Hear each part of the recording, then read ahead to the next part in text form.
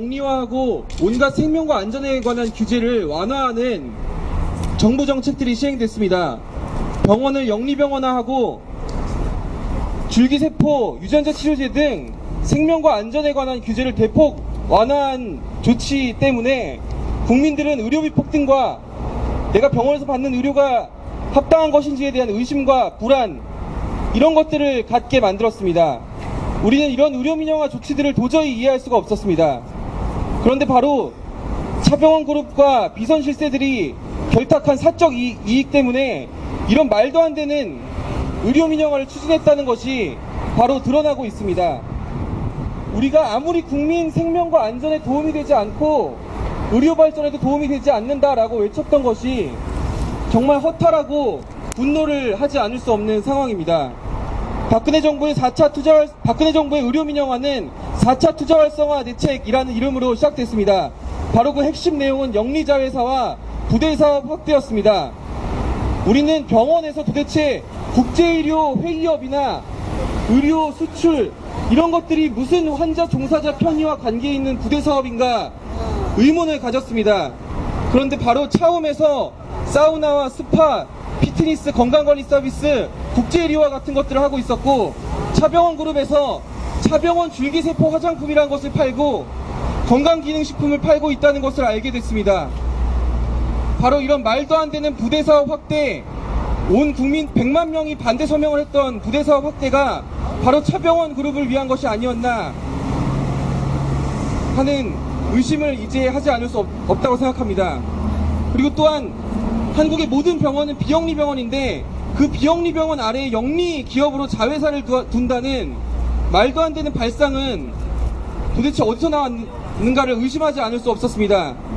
그것이 바로 차움위원회, 의료는 의료법인인 성광의료재단이 맡고 부대사업은 차병원 그룹 내에 영리기업이 같은 의원 내에서 맡았던 이 기형적 의료 시스템을 합법화하기 위한 것이었다는 것을 우리는 또다시 확인할 수가 있다고 생각합니다.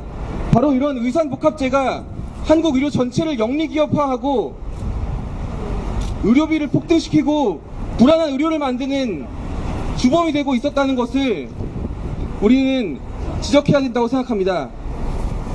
또한 박근혜 정부가 주되게 추진해왔던 것이 바로 첨단 재생의료라고 하는 이름의 창조경제였습니다. 줄기세포 기술은 그 안전성이 입증되지 않았기 때문에 성체줄기세포 치료제조차도 세계에서 7개밖에 허용되지 않았고 FDA 승인된 치료제는 하나도 없는 상황입니다. FDA에서는 줄기세포 임상시험의 위험성을 경고하면서 암으로 진행될 수 있는 것을 막을 수 있는 기술이 없기 때문에 대하줄기세포의 임상시험은 허용하지 않고 있습니다. 그런데 바로 차병원 그룹을 위해서만 대하줄기세포를 조건부로 임상시험을 허가했다는 것은 말도 안 되는 일 아닙니까? 또한 박근혜 정부가 치료제 3상 면제를 하겠다면서 알츠하이머 뇌경색 치료제를 예로 들고 그 중에 알츠하이머가 생명을 위협하는 질환이라고 했을 때 우리는 황당했습니다. 그런데 바로 차병원 그룹이 알츠하이머 치료제 임상시험에 돌입했다는 것을 이야기를 듣고 이 말도 안 되는 규제 완화의 진실을 알 수 있게 되었습니다.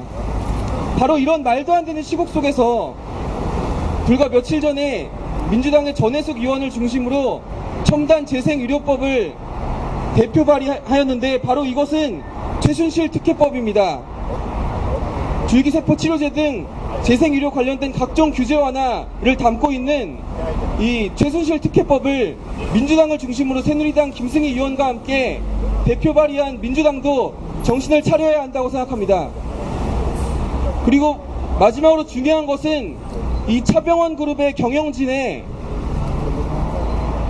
삼성맨들과 검사 출신들과 모피아들과 그리고 경향신문에 보도된 것처럼 복지부 고위 인사들이 포함되어 있다는 사실입니다. 바로 이들 기업과 권력과 정부 부처들이 어떻게 서로 결탁해서 한국의 보건의료 체계를 좌지우지해왔는지를 분명히 수사하고 진실을 밝혀내야 한다고 생각합니다. 우리는 차움이라는 시크릿 가든에서 이 사적 이익을 추구하면서 온 국민의 의료 시스템을 엉망으로 만들어 놓은 이 의료 민영화의 비밀을 낱낱이 밝히고 온 국민의 생명을 위협하는 의료민영화를 즉각 중단시켜야 한다고 생각합니다.